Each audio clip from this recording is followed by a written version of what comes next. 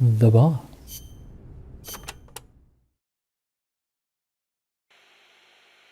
Strangelove, when did you and the boss first meet? Did she ever tell you about what she saw in space? Yeah. I saw Oh. the same thing along with her.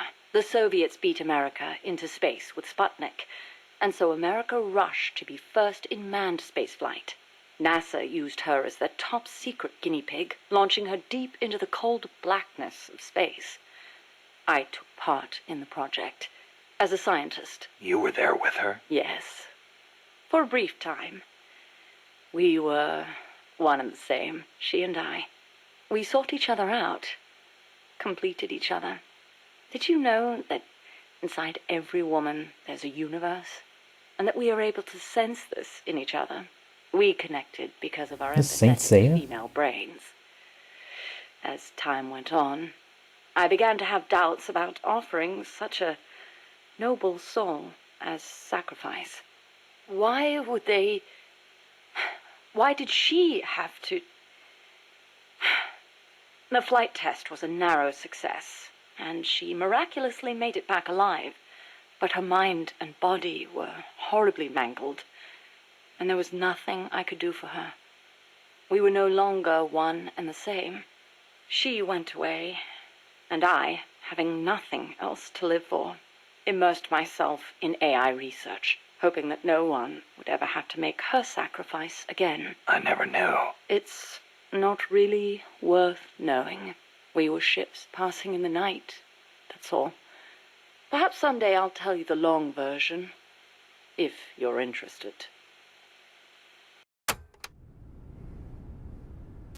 If you're interested.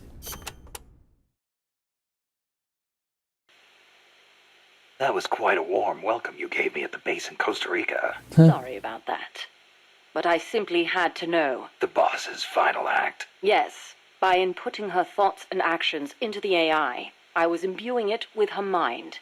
The only thing I couldn't understand was her final act. Operation Snake Eater. Official history says she betrayed her homeland and defected to the enemy and was killed by you.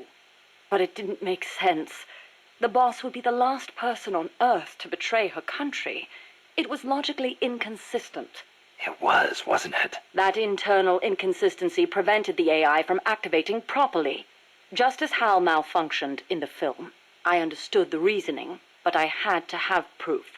Proof of her final act, her true intentions, one way or another. So you tried to squeeze it out of me, huh? As a matter of fact, I did. Your silence was the very answer I was looking for. Oh. I thought there'd be more for that. That white horse the boss rode. The Andalusian, yes. How'd it get to Costa Rica? I went looking for it. It was her final witness. Even if it couldn't speak, I found it and brought it here. Where? I thought for sure it'd be blown to ashes by those MiGs. I searched the ends of the earth for that horse, and found it at last in a horse market in Britain. What? Britain? Are you saying it came all the way over the Ural Mountains, through Europe, and across the English Channel? Who knows, really? Perhaps someone took it there. Wait, the thought never occurred to you that it might be a different Andalusian that only looks the same? I can't prove it. Or rather, I couldn't. What do you mean? You should know best of all, that horse wouldn't let anyone ride it. And believe me, I nearly killed myself trying. The only one it allowed on its back was you. That was the proof, though I hate to admit it. And to think, I ran it to its death. But in that last run, it regained the glory of its youth, using the last of its strength to pursue its former master. Any horse would wish for such a fine end.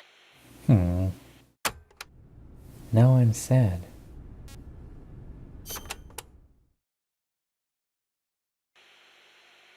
What do you make of Peace Walker's final act? I recreated her thought patterns exactly. It was exactly what she would have done. The world's most empathetic mind weighed the past, the future, and the entire world, and decided not to retaliate. Merely knowing that is enough for me. So, what you're saying is, we don't need deterrence to have peace? I didn't say that.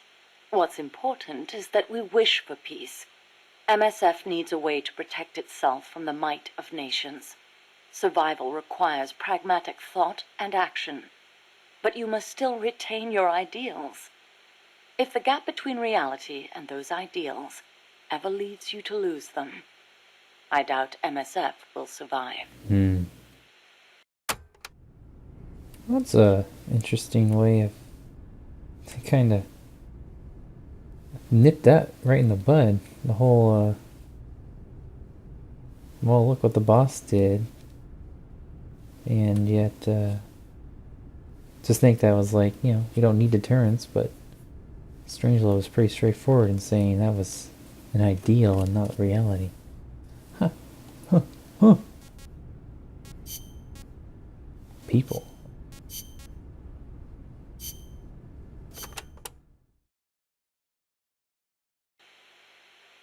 Strangelove.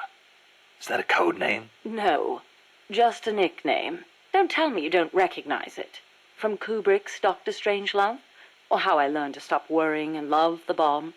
It's a film that came out in 1964. A dark comedy about the absurdity of nuclear deterrence. You were in a movie? No, stupid. I got my nickname because of that movie. Why? Because you look like the doctor in the movie? No, that Dr. Strangelove was a man. So? Back when I was at ARPA, I kept a photo of the boss on my desk. I was totally engrossed in my research and showed no interest in the opposite sex. Plus, I had a photo of a woman on my desk. The fools around me turned it into a cruel taunt, calling me Strangelove. Even for a bunch of shut-ins who never went out to the cinema, that title seemed to ring true with them. Anyhow, in their Shut-ins. eyes, homosexuality was something strange. They were incapable of seeing things outside the lens of their own standards. Being strange means you have your own unique point of view. I rather considered it an honor.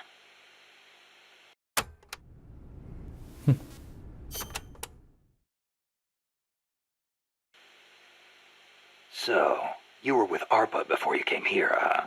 Yes, back then it was really the only place I could make a living from my AI research. And before that? I started out at NASA. That's where I met her. When Boss went into space? Yes. It was that incident that turned me away from aerospace engineering. Space is entirely too hazardous a place for human beings. That was why I felt an immediate need to develop AI. As it turned out, rockets later became much safer, and mankind reached the surface of the moon. In any event, it was a hollow Cold War victory. When you get down to it, a nuclear missile is just a rocket with a nuclear warhead strapped to it. Thus, taking the initiative in the space race was tantamount to a military show of force. But the budgetary strain was too big for Washington or Moscow to handle. Yes, and then there was the Cuban Missile Crisis and the Vietnam War, and then came détente. Having leapt ahead of the Soviet Union with its moon landing, America shut down the Apollo program in '72. It was around then that ARPA was downsized and renamed DARPA, the D standing for Defense. With few prospects for continuing my AI research, Coldman's invitation was a godsend. It was also a chance to have them collect data on her. The end result being this mess. But we did learn something valuable from her. The nobility of peace. Of course she works. Always goes back to dark.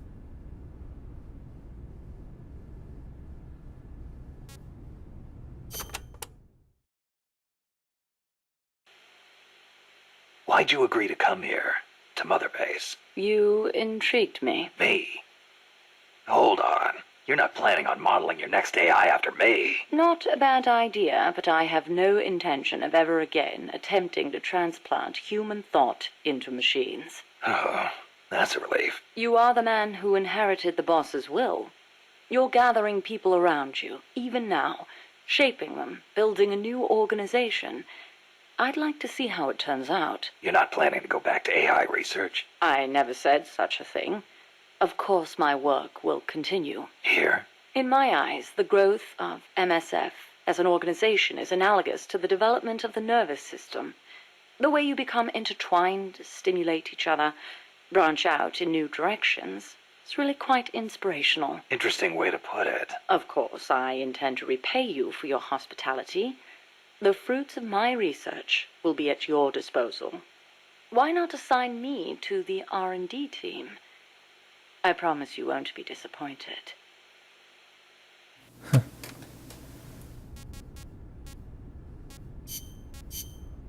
Oh, Strangelove's pretty brief. Does Zeke have much? Oh, no.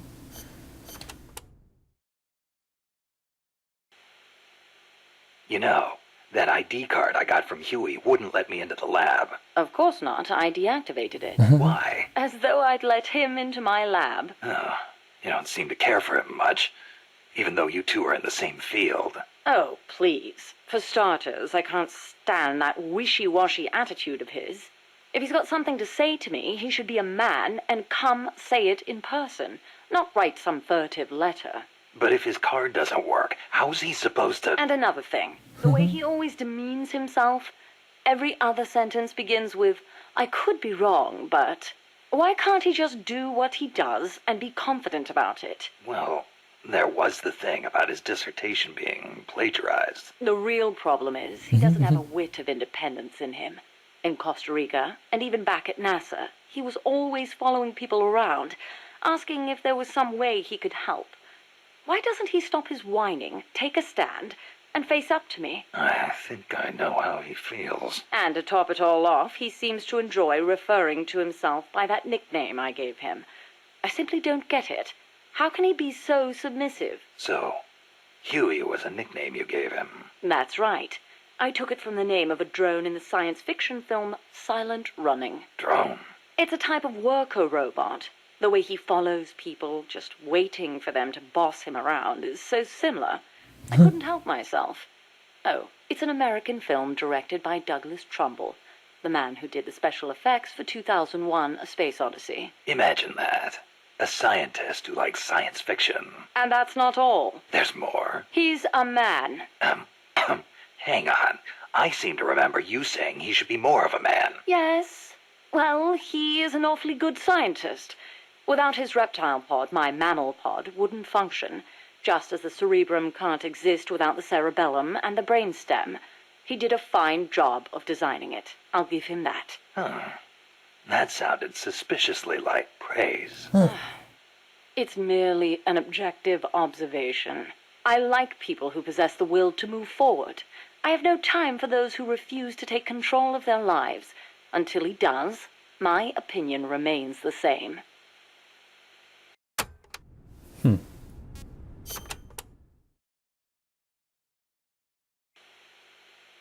So, you and Cecile seem to be enjoying yourselves back at that lab.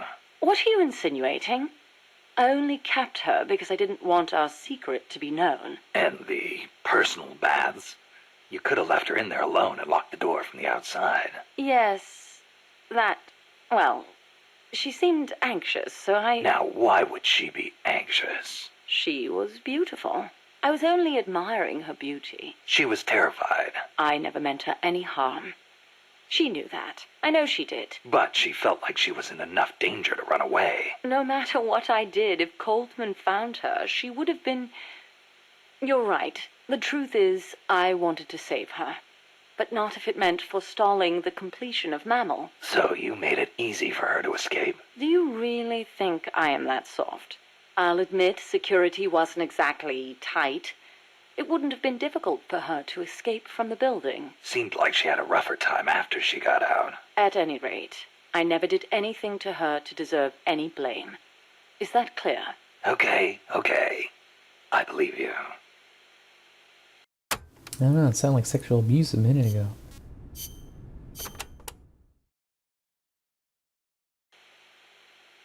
Huey's probably mentioned this, but just to be clear, there's a limit to the parts we can produce here at Mother Base. Therefore, I've built Zeke's AI using memory boards you pulled from other AI weapons. Yes, Will I that did. work? In the human brain, individual functions are spread across multiple regions. The same is true of AI. Multiple parts sharing the same function interlink to strengthen that function. For example, the more sensor memory boards you have, the greater Zeke's search and detect capabilities will be.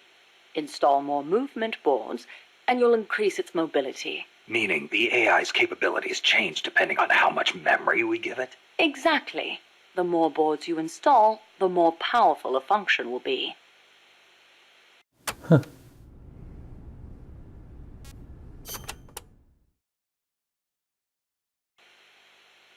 How's the Zeke AI different from Peace Walker's? Zeke's AI isn't a replica of the human thought process. It isn't programmed to make decisions about nuclear retaliation. On the other hand, it is capable of highly independent action in combat when given orders from a pilot.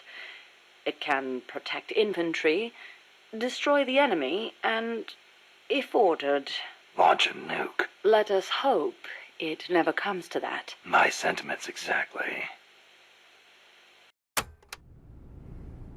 Whoa. I think I only have a railgun on it. I guess.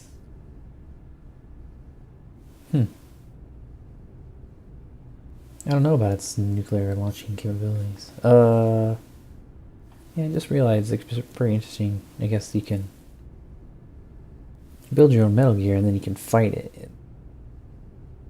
In a demo form, it's basically just every Metal Gear game, fighting it. So that's all for Strangelove, just over 16 minutes.